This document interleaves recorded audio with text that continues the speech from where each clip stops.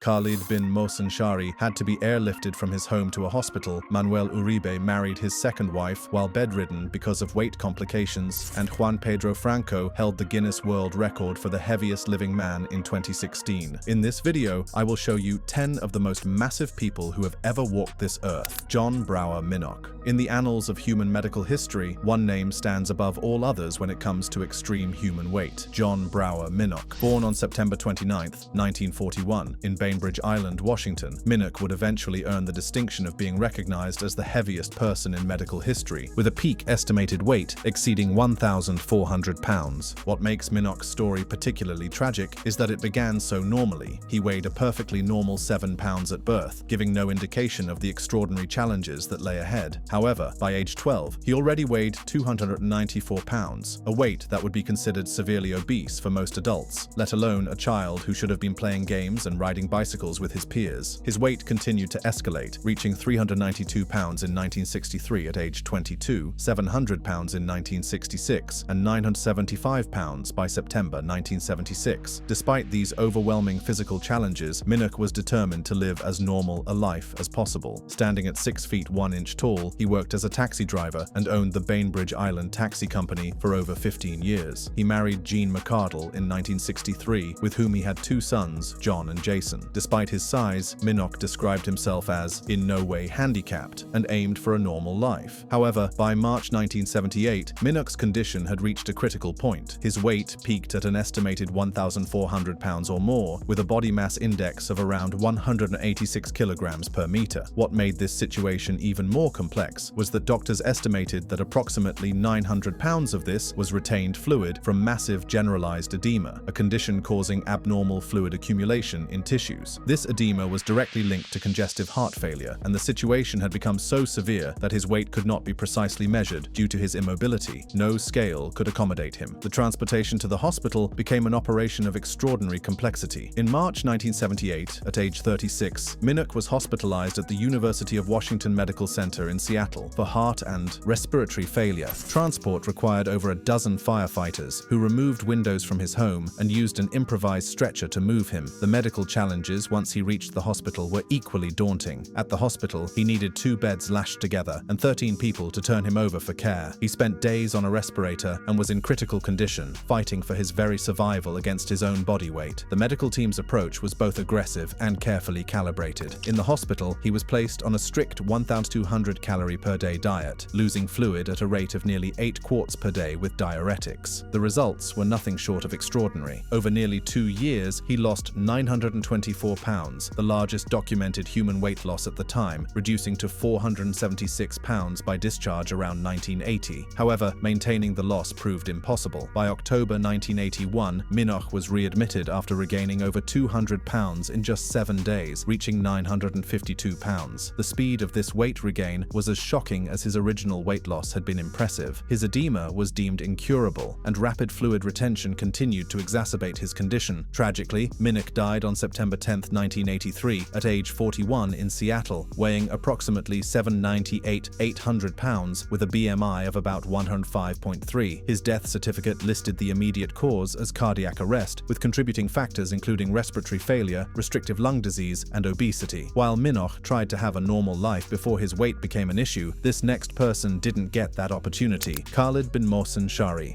Khalid bin Mohsen Shari, born February 28, 1991, is recognized as one of the heaviest people in recorded history, with a peak weight of 1,140 pounds in 2013. Shari was born in Jizan, Saudi Arabia, and grew up in a region where details about his early life are limited. But by his early 20s, his weight had escalated dramatically, making him bedridden and dependent on others for care. In August 2013, at age 22, he gained international attention when Saudi King Abdullah intervened, ordering his transfer to a hospital for treatment. This royal intervention was nothing short of life-saving, as by August 2013, he weighed 1,340 pounds, with a body mass index of approximately 204, earning him the title of the heaviest living person at the time and the second heaviest ever recorded behind John Brower Minnoch. Extraordinary measures for transport, including a forklift to move him from his home and a specially designed bed at the hospital. A team of 30 medical professionals, including doctors, nutritionists, and physiotherapists, managed his care. The initial results were remarkable. By February 2014, 6 months into treatment, he had lost 710 pounds, reducing to about 290 kilos. This represented one of the fastest and most dramatic weight losses ever documented in medical literature. By November 2017, his total loss reached 1,195 pounds, bringing him down to 150 pounds. To put this in perspective, he lost the equivalent of about 9 average-sized adults. This weight loss is one of the largest ever documented, equivalent to more than 88% of his peak body weight. The transformation wasn't just physical, it was a complete reclamation of his life. By February 2016, he could walk with a walker for the first time in years. For someone who had been bedridden for years, this simple act of walking represented a return to fundamental human mobility. As of 2023, reports indicate he weighed 140 pounds with ongoing maintenance. This represents not just a medical achievement, but a complete transformation of human potential. While Khalid lost weight without complications, this next person died from weight-related complications. Manuel Uribe. Manuel Uribe was born on June 11, 1965, in Monterrey, Nuevo León, Mexico. His early life, like many who develop extreme obesity, showed warning signs that would later escalate dramatically. As a child and adolescent, he was already overweight, weighing over 254 pounds during his teenage years. While this was certainly above average, it was far from the extreme weights he would later reach. The turning point in Uribe's life came when he moved to Dallas, Texas in 1987 for job opportunities, where a sedentary lifestyle and diet heavy in fast food, beans, rice, tortillas, and other high-calorie foods contributed to rapid weight gain. The personal toll of his weight gain was immediate and devastating. Uribe married his first wife in 1987, but the couple divorced in 1992, partly due to his increasing weight. He returned to Mexico around 2001-2002, by which time he had become bedridden and unable to leave his home without assistance. The moment that changed everything for Uribe came in January 2006, when he made a public plea for help on Mexican television, which brought him global attention and medical support. By that time, his peak certified weight was 1,235 pounds, earning the Guinness record for heaviest living man. Following his 2006 TV appearance, Uribe received medical assistance from doctors and nutritionists. He followed a high-protein, low-carbohydrate zone diet prescribed by Barry Sears, rejecting offers for gastric bypass surgery in Italy and Spain due to risks. His decision to attempt weight loss through diet rather than surgery was both admirable and challenging. The results were initially encouraging. By 2007, he had reduced to 840 pounds. By February 2008, he had lost approximately 510 pounds total, down to 816 pounds. Uribe's personal life during this period also showed signs of hope and normalization. He married his second wife, Claudia Solis, on October 26, 2008, in a widely publicized ceremony conducted from his bed, which was transported by truck to the venue. At the time, he weighed 701 pounds. However, he experienced weight regain in later years. In December 2009, he weighed 917 pounds. In March 2012, he weighed 980 pounds. The final chapter of Uribe's life was marked by serious health complications. He was hospitalized on May 2,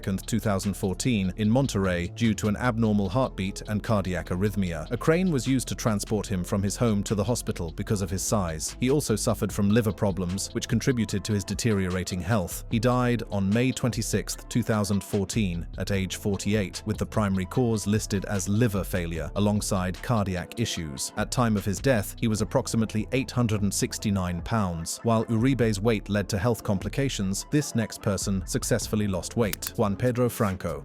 Juan Pedro Franco is a Mexican man who was recognized by Guinness World Records as the heaviest living person in 2017, with a peak weight of approximately 1,311 to 1,340 pounds. Juan Pedro Franco was born in 1985 in Aguascalientes, Mexico, though he later moved to Guadalajara for treatment. His weight problems started early. He weighed over 139 pounds by age 6 and reached 507 pounds by age 17, following an injury that limited his mobility. The psychological impact of such extreme weight gain during formative years cannot be overstated. As a child, he faced bullying and emotional eating, which exacerbated his condition. By his early 30s, he was bedridden, unable to perform basic tasks like using the toilet, and dependent on his family for care. In 2016, at age 32, he sought public help, leading to a medical intervention and international media coverage, including documentaries. By this time, Franco's weight had reached truly extraordinary levels. His peak weight in October 2016 was 1,3 1,311 to 1,240 pounds, earning him a Guinness record as the heaviest living man. The logistics of providing medical care to someone of Franco's size presented extraordinary challenges. Franco was transported to a hospital in Guadalajara using a crane and special bed for treatment. By March 2017, he had lost 386 pounds through diet. The medical intervention was comprehensive and multifaceted. He was on a 3-month low-calorie diet, losing 175 kilos before a gastric bypass in May 2017, second bypass and gastric band in November 2017. By November 2018, Franco was down to 670 pounds, losing about half his peak weight. In 2019, he reduced to 573 pounds and was able to walk with aid after losing 52 stone total. Franco ended up having one of the largest documented weight losses of over 882 pounds from his peak. Franco had literally lost more than 2/3 of his body weight. While Franco has managed to keep his weight in check, his next person lost his life to it. Robert Butler. Robert Butler was born in 1972 in Rhode Island, USA. Unfortunately, little is known about his early life or family, as media coverage primarily focused on his obesity in adulthood. What we do know about Butler's adult life paints a picture of someone trying to maintain dignity and hope, despite overwhelming physical and social challenges. By the mid-2000s, he was living in Providence, Rhode Island, and had been on permanent disability due to his weight for over a decade. Despite the profound challenges of his condition, those who knew Butler remembered him as much more than his weight. Friends described him as outgoing and humorous, nicknaming him the Bob Father for his personality, and recalled fond memories of spending time with him outdoors during his younger, more mobile years. But Butler now lived in nursing homes, including Bannister House in Providence from around 2006 until its closure in 2015. The psychological toll of his situation was evident in his own words. He expressed frustration with his confined life, calling his home a prison and seeking ways to regain independence. But his weight progression followed a pattern common in extreme obesity cases, with periods of both gain and attempted loss. By 2006, he weighed approximately 900 pounds, at which point he publicly sought gastric bypass surgery to lose weight and return to work. However, Butler faced the systematic barriers that often confront individuals with extreme obesity. He aimed to shed hundreds of pounds for surgery, but faced barriers. No surgeon would operate due to risks, and Medicaid did not cover the procedure. This intersection of medical risk and financial barriers represents one of the cruelest aspects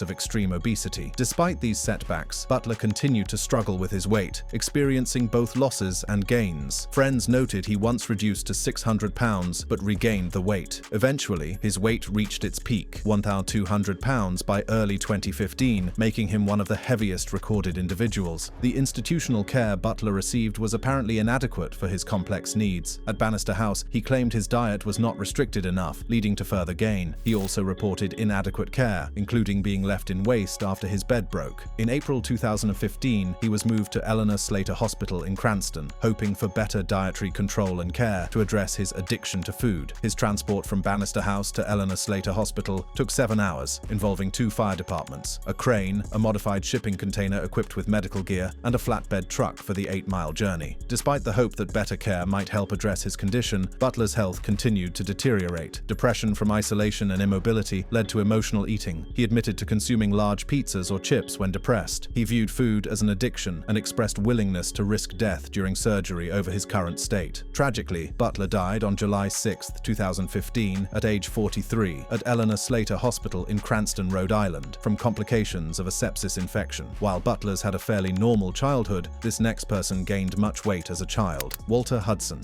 Walter Hudson was born on June 5, 1944, in Brooklyn, New York City. His father left the family when he was a baby, and Hudson grew up as a compulsive eater. The progression of his weight gain was both rapid and relentless. By age 6, he already weighed 125 pounds, often leaving home early to eat extra food, collecting recyclables for money to buy candy bars, and eating late at night. Hudson's formal education ended early due to his condition. He dropped out of school in the 7th grade after breaking his leg, but later earned his high school diploma through a tutor. The transition from childhood obesity to complete isolation occurred during his adolescent years. Around age 15, weighing 350 pounds, he became permanently homebound due to his size and developing agoraphobia. Hudson's daily existence became extraordinarily circumscribed. In 1969, at age 25, Hudson and his family moved to Hempstead, New York, on Long Island, where he lived with his mother, brother George, sister Barbara, and her children. He spent his days in a queen-sized bed, rarely leaving except to use the bathroom, and occupied himself by reading reading the Bible daily. The family dynamics around Hudson's condition were complex and enabling. His family prepared and served his meals, making them complicit, albeit likely unknowingly, in maintaining the patterns that sustained his extreme weight. Hudson's daily diet was enormous, contributing to his fame. He described it to People magazine as including breakfast of 2 boxes of sausages, 1 pound of bacon, 1 dozen eggs, and a loaf of bread, lunch of 4 Big Macs, 4 double cheeseburgers, 8 large portions of French fries, and 2 large Coca-Colas, dinner of 3 large ham steaks or 2 chickens, 4 baked potatoes, 4 sweet potatoes, and 4 heads of broccoli. His weight continued to escalate throughout his adult years. In September 1987, he weighed 1,197 pounds, with a waist of 119 inches, earning him Guinness records for heaviest living person after John Brower Minnock's death and largest waist. The turning point in Hudson's story came through a combination of crisis and intervention. In September 1987, after becoming stuck in his bedroom doorway, Hudson sought help from comedian and nutrition activist Dick Gregory. The rescue operation required emergency intervention. Family couldn't free him, requiring the Hempstead Fire Department to cut the doorframe after 4 hours. Dick Gregory's intervention led to remarkable initial results. Gregory promoted his Bahamian diet, and Hudson lost nearly 680 pounds, reaching 520 pounds by September 1988. This allowed him to leave his home under his own power for the first time in 18 years. However, the psychological aspects of Hudson's condition proved more persistent than the physical ones. Gregory discontinued assistance shortly after, citing Hudson's agoraphobia or family tensions. The loss of support led to a tragic reversal. In 1989, a bronchial infection caused a relapse, and Hudson regained nearly 200 pounds. During his weight loss period, Hudson attempted to build a business and personal life despite his ongoing challenges. In 1989, inspired by difficulties finding fitting clothes, he started a mail-order plus-sized clothing company called Walter Hudson Ventures in partnership with Alexis Blas. It featured a women's line named Invitation to the Dance for sizes from 200 to 1,000 pounds, with plans for a men's line. He became engaged to a customer named Sunday Cruz by 1991, suggesting that his weight loss had enabled him to form romantic relationships. However, Hudson's health remained precarious. Hudson died of a heart attack at his home in Hempstead, New York, on December 24, 1991, at age 47. He had suffered from the flu for 3 days prior, suggesting that his compromised health made him vulnerable to complications from what would normally be minor illnesses. Like Hudson, this next person developed a bad relationship with food as a child. Carol Yeager.